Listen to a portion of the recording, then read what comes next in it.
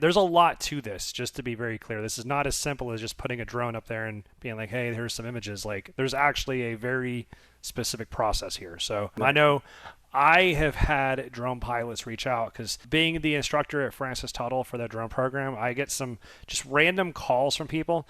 And I've actually had quite a few, I'm going to say pilots loosely. Typically, it's someone assigned by a roofer to fly a drone and try to basically figure it out. And I've had a lot of people call me and say, I don't know what I'm doing. I'm like, well, there's a process. Like, this is not something Right. easy, and there's a lot to it. And not only that, the other side here as well, it's not also a one size fits all. That's the other thing as well. Because what the intent or what the idea is from roofing companies is, hey, we got to do thermal. So they go buy a thermal drone, they have a guy do the flights, the guy doesn't know what he's looking for, and then they expect him to generate some magical results and be able to sell more roofs, right?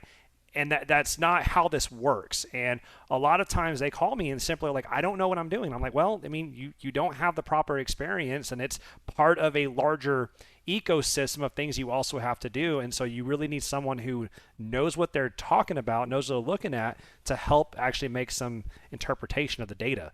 And that's a big part. I know I'm rambling a little bit, but it's something we see all the time, and I'm glad you're showing this for us.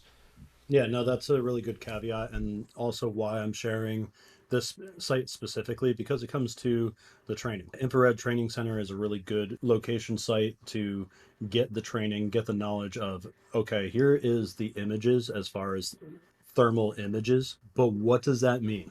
Yeah.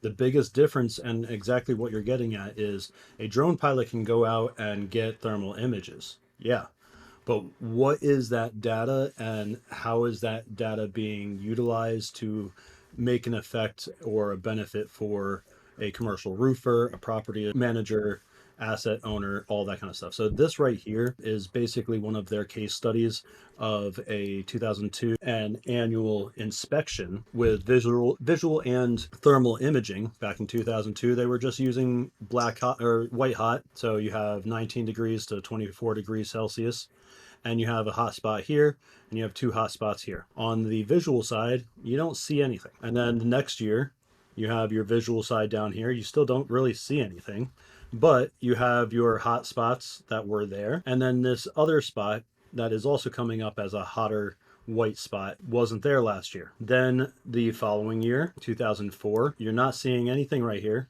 on the visual side, and you're seeing that this hot spot is growing. Yeah. These other hot spots are still there, and it actually looks like the one in the back wasn't there to begin with.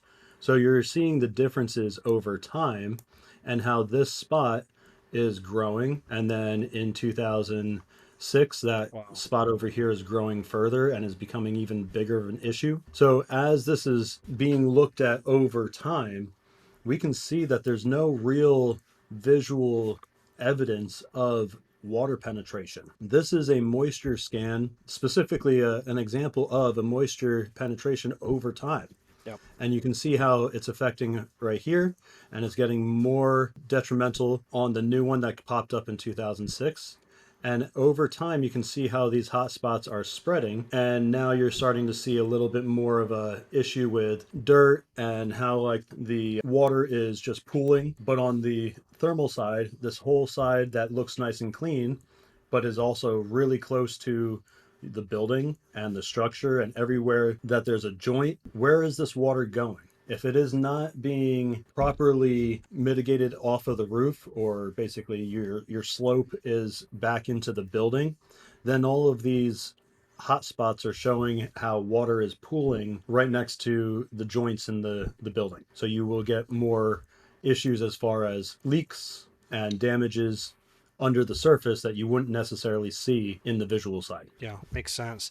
And I know on the lead gen side, A lot of roofing companies talk about how they want to get their foot in the door with different managers and property owners, et cetera, because they want to be that person that's called whenever it's time to replace, right? Right. And those are things that I think is tremendously valuable.